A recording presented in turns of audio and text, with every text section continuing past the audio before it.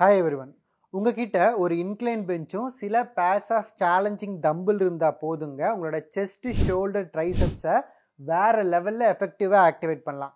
இது எப்படின்னு இன்ச்சாக எக்ஸ்பிளைன் பண்ணுறதுக்கு தான் இந்த வீடியோ. ஸோ மிஸ் பண்ணாமல் கடைசி வரைக்கும் பாருங்கள். அப்புறம் இன்க்ளைன் பெஞ்ச் டம்பிள்ஸ்லாம் வாங்கலான்னு தான் ஆசை, ஆனால் அதை எங்கே வாங்கிறது, எவ்வளோ காசு ஆகும், அதை எப்படி செட் பண்ணுறது அப்படின்லாம் உங்களுக்கு தெரில அப்படின்னா அதுக்கு தான் ரீசெண்டாக நான் இப்போ ஒரு வீடியோ போட்டிருக்கேன். அந்த வீடியோவை செக் பண்ணி பாருங்கள். ஓகேங்க, இந்த புஷ்டியில் நம்ம 3 டிஃப்ரெண்ட் மசில் குரூப்பை டார்கெட் பண்ண போகிறோம்.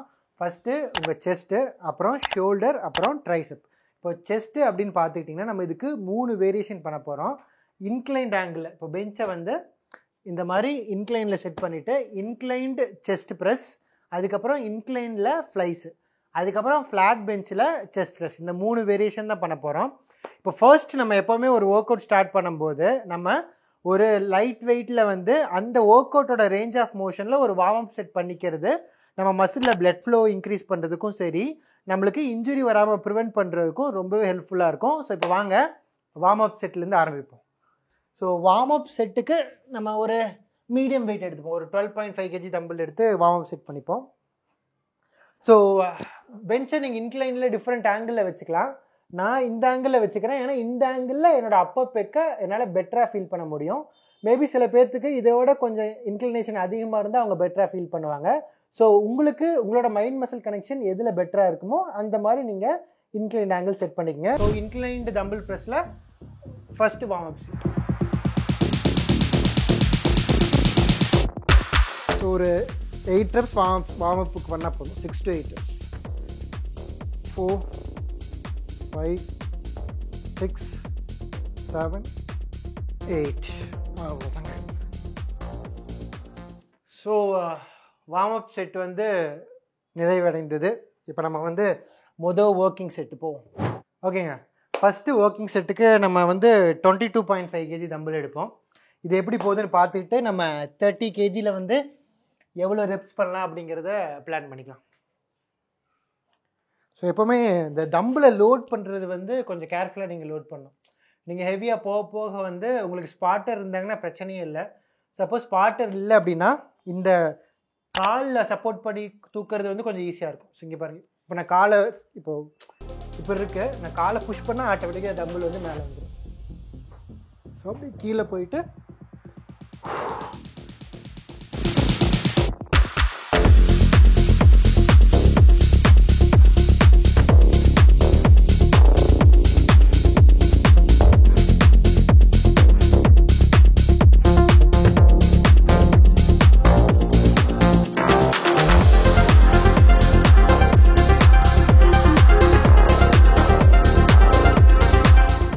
அவ்வளோதாங்க. ஸோ இதில் நமக்கு நிறைய ரெப்ஸ் கம்ஃபர்டபுளாக போகுது. அதனால் நம்ம என்ன பண்ணலான்னா செகண்ட் அண்ட் தேர்ட் செட் ரெண்டையுமே நம்ம 30 kgs பண்ணலாம். ஒரு 8 to 12 reps வந்து டார்கெட் பண்ணலாம். எவ்வளோ வந்தாலும் நம்மளுக்கு லாபம் தான். ஸோ இன்னும் 2 ஒர்க்கிங் செட் மட்டும் நமக்கு இருக்குது.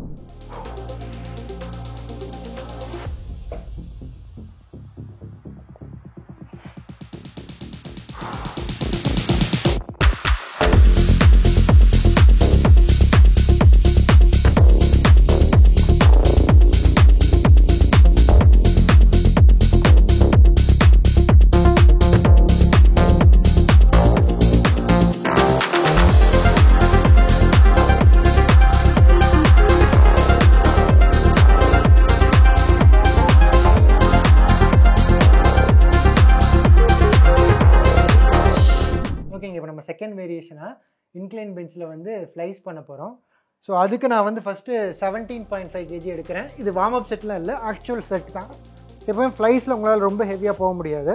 ஸோ இந்த 17.5 எப்படி போகுது அப்படின்னு பார்த்துட்டு இதுக்கப்புறம் நான் இன்க்ரீஸ் பண்ணலாமா வேணாமான்னு டிசைட் பண்ணிக்கலான்னு இருக்கேன். So let's start.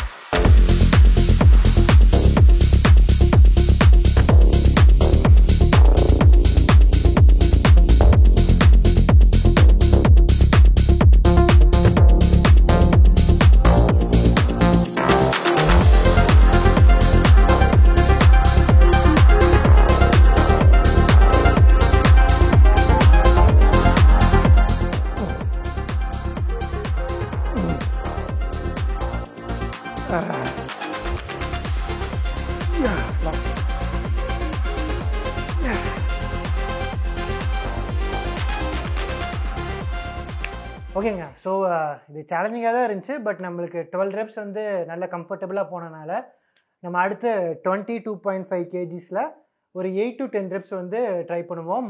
Working set முடிஞ்சு, இன்னும் 2 ஒர்க்கிங் செட் பாக்கி இருக்குது. நீங்கள் ஒவ்வொரு ஒர்க்கிங் செட் பண்ணுறதுக்கு முன்னாடி உங்களை நீங்களே கேட்டுக்க வேண்டிய கேள்வி, இந்த ஒர்க்கிங் செட் உங்களுக்கு சேலஞ்சிங்காக இருக்கா? அதுக்கு ஆமாம் அப்படிங்கிற பதில் கிடைச்சா மட்டும் அந்த ஒர்க்கிங் செட் பண்ணுங்கள். இல்லை அப்படின்னா ஒரு சேலஞ்சிங்கான வெயிட் எடுத்து பண்ணுங்கள். இது எனக்கு உண்மையாகவே சேலஞ்சிங்காக தான் இருக்குது. வாங்க செகண்ட் ஒர்க்கிங் செட் இப்போ. Come on, 8 to 10 reps. 1 3 5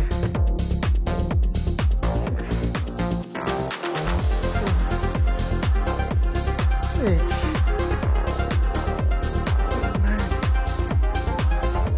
10 11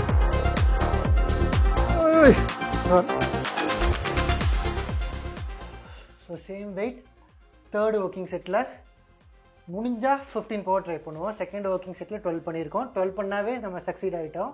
முடிஞ்சால் 15 பண்ணுவோம். ஓகேங்க, செஸ்ட்டுக்கு இப்போ நம்ம 2 வேரியேஷன் முடிச்சிட்டோம். கடைசி வேரியேஷனாக இந்த இன்க்ளைன் பெஞ்சை அப்படியே ஃப்ளாட்டாக மாற்றி ஃப்ளாட் பெஞ்சில் செஸ்ட் ப்ரெஸ் பண்ண போகிறோம். ஃபஸ்ட் 2 வேரியேஷன் நம்ம அப்பர் பெக்கை நல்லா டார்கெட் பண்ணிச்சு. இந்த லாஸ்ட் வேரியேஷன் நம்ம என்டையர் பெக்கையும் பயங்கரமாக ஹிட் பண்ணோம். ஸோ வாங்க ஃப்ளாட் பெஞ்சில் செஸ்ட் ப்ரெஸ் 3 செட் பண்ணுவோம். ஓகே, ஸோ இதுக்கு நம்ம எந்த வார்ம் அப் செட்டும் பண்ண தேவையில்லை. ஏன்னா ஆல்ரெடி நம்ம செஸ்ட்டு பயங்கர வார்ம் அப்பாக தான் இருக்குது. ஸோ இது 3மே ஒர்க்கிங் செட் தான். அதனால தான் என்னோட ஹெவி வெயிட்டை நான் பிக் பண்ணியிருக்கேன், 30 kgs. So goal is to hit 8 to 12 reps in each working set. Let's rock.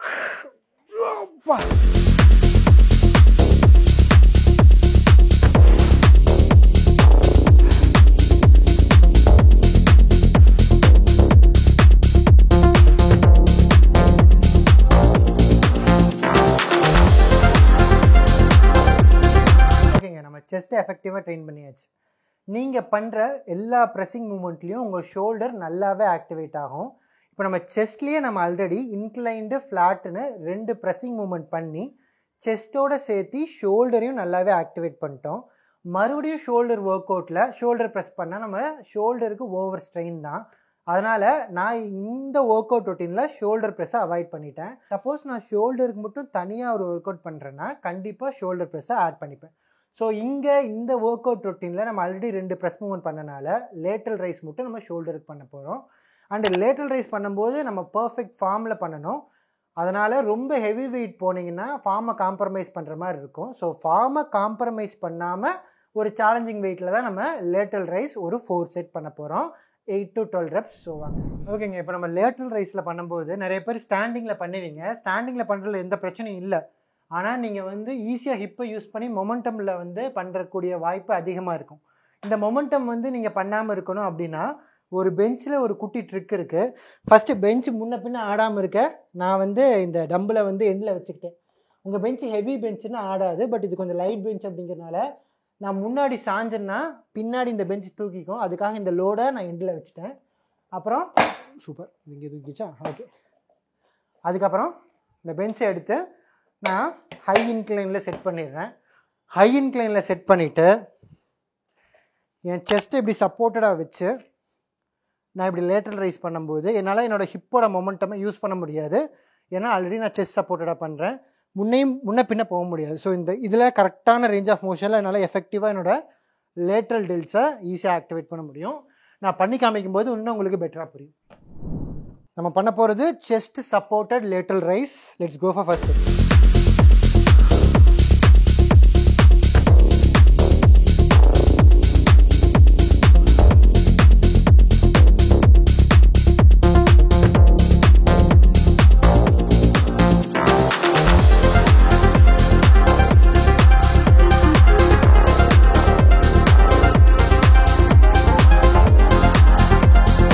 Lateral raise மட்டும் ஸ்பெசிஃபிக்காக எனக்கு ஹையர் ரெப்ஸில் எனக்கு பெட்டர் ஆக்டிவேஷன் கிடைக்கிற மாதிரி ஃபீல் ஆகும். So I go for somewhere between 15 to 20 reps last.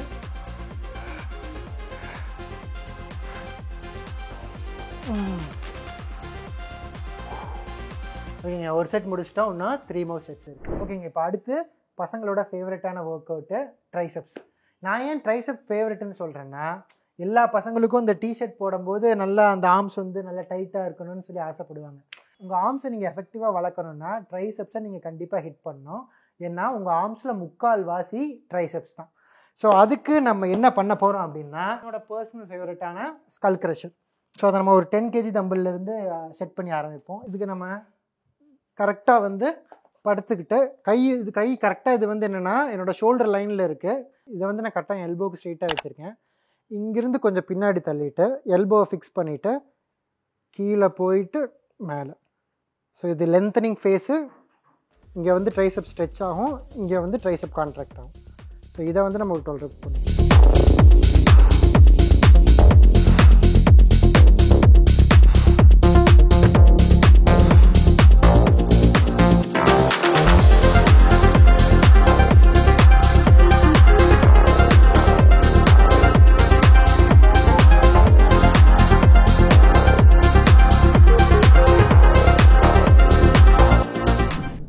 ட்ரைசெப்ஸுக்கு நீங்கள் ஆல்ரெடி வந்து ப்ரெஸ்ஸிங் மூவ்மெண்ட் நம்ம நிறையா பண்ணனால அதுலேயே நம்ம ட்ரைசெப்ஸ் வந்து நல்லா ஆக்டிவேட் ஆகிருக்கும். அதை தாண்டி நம்ம வந்து ஸ்கல் க்ரஷரும் பண்ணியிருக்கோம். ஸோ இதுவே எனக்கு போதுமானதாக இருக்குது. சப்போஸ் இன்னும் வந்து உங்களுக்கு தாகம் அடங்கலை, தேர்ஸ்ட் அடங்கலை, இன்னும் நான் பெட்டராக பண்ண முடியும் அப்படின்னு நீங்கள் ஃபீல் பண்ணிங்கன்னா வந்து ஒரு க்ளோஸ் கிரிப் புஷ்அப்ஸ் பாடி வெயிட்லையோ இல்லை வந்து ஒரு பிளேட் ஆட் பண்ணி எக்ஸ்டர்னலாக வந்து வெயிட்டட் க்ளோஸ் கிரிப் புஷ்அப்ஸோ வந்து ஒரு 2 to 3 sets பண்ணி நீங்கள் வந்து இந்த புஷ் டேவை முடிச்சுக்கலாம். ஸோ ஒர்க் அவுட் ரொட்டீன் எல்லா இடத்துலையும் அவைலபிளாகவே இருக்குது. ஆனால் அந்த ஒர்க் அவுட் ரொட்டீன் உங்களுக்கு ஒர்க் அவுட் ஆகணும் அப்படின்னா நீங்கள் அதை பர்ஃபெக்ட் ஃபார்மில் ஒரு சேலஞ்சிங்கான வெயிட்டில் எக்ஸிக்யூட் பண்ணுறது ரொம்ப ரொம்ப முக்கியம். ஸோ என்ன தான் நம்ம உழைப்பை நல்லா போட்டாலும் நியூட்ரிஷனில் கோட்டை விட்டாலும் நம்மளுக்கு கெயின்ஸ் ஒழுங்காக இருக்காது. ஸோ ஒர்க் அவுட்டை பர்ஃபெக்ட் ஃபார்மில் சேலஞ்சிங்கான வெயிட்டில் பண்ணணும். ப்ராப்பராக சாப்பிட்டு நியூட்ரிஷன் வந்து கொடுக்கணும். தூங்கி எந்திரிச்சு ரெக்கவரியும் ஆப்டிமலாக வச்சுக்கணும். So recovery, nutrition and training 3 நம்ம ஆப்டிமலாக வைக்கும்போது உங்களுக்கு ரிசல்ட்ஸ் கிடைக்கும்.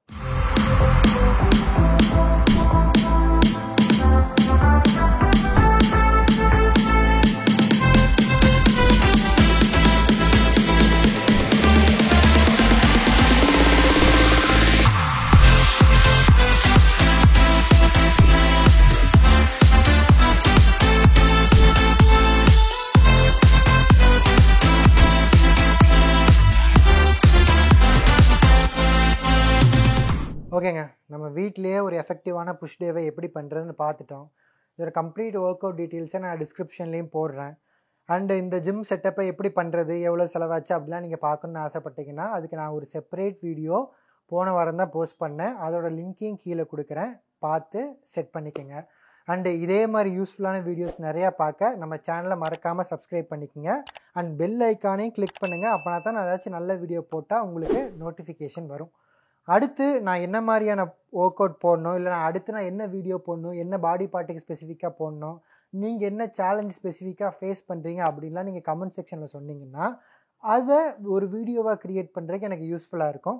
அண்ட் இந்த வீடியோவை நீங்கள் லைக் பண்ணி ஷேர் பண்ணிங்கன்னா இந்த இன்ஃபர்மேஷன் இன்னும் நிறையா பேர்த்த ரீச் பண்ணும். அண்டு எனக்கும் இதே மாதிரி நிறைய வீடியோஸ் பண்ண மோட்டிவேட்டிங்காகவும் இருக்கும். அடுத்த வாரம் நான் மறுபடியும் ஒரு நல்ல வீடியோவோடு உங்களை வந்து சந்திக்கிறேன். அது வரைக்கும் டாட்டா, பை பை.